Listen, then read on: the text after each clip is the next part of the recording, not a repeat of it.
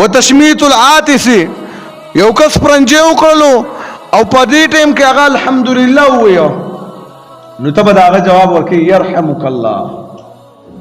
پرنجې چې وکړلو نو الحمدلله به وي الحمدلله. دا یاد کړئ، دا ضروری دی، لازم دی، فرض دی چې پرنجې کله وکړي نو الحمدلله ووایا.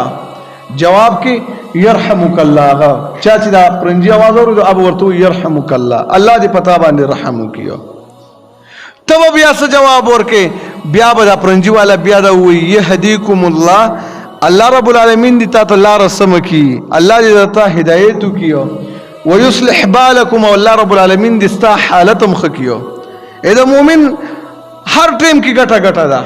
پرنجې مو اچي په هغې کې هم ګټه ده. که یو سړي پرنجې وکړلو هېڅ څه یې مو نه ویل، څه ګټه یې وکړله؟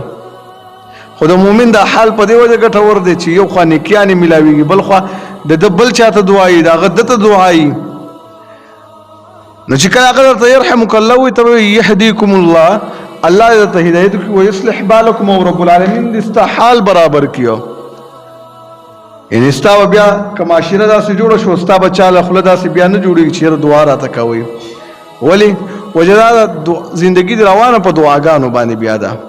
خو دا کلمات مونږ داسې ګڼو چې لکه دا چېرته کې صحابو پورې خاص او یا علمو پورې خاص دي او عوام د دې شیزونو خیال نه کوي.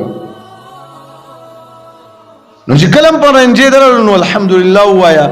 که بل کس ناست هغه به درته وایي یرحمک الله، هغه د یرحمک الله ورته ورته یهدیکم الله ویصلح بالکم.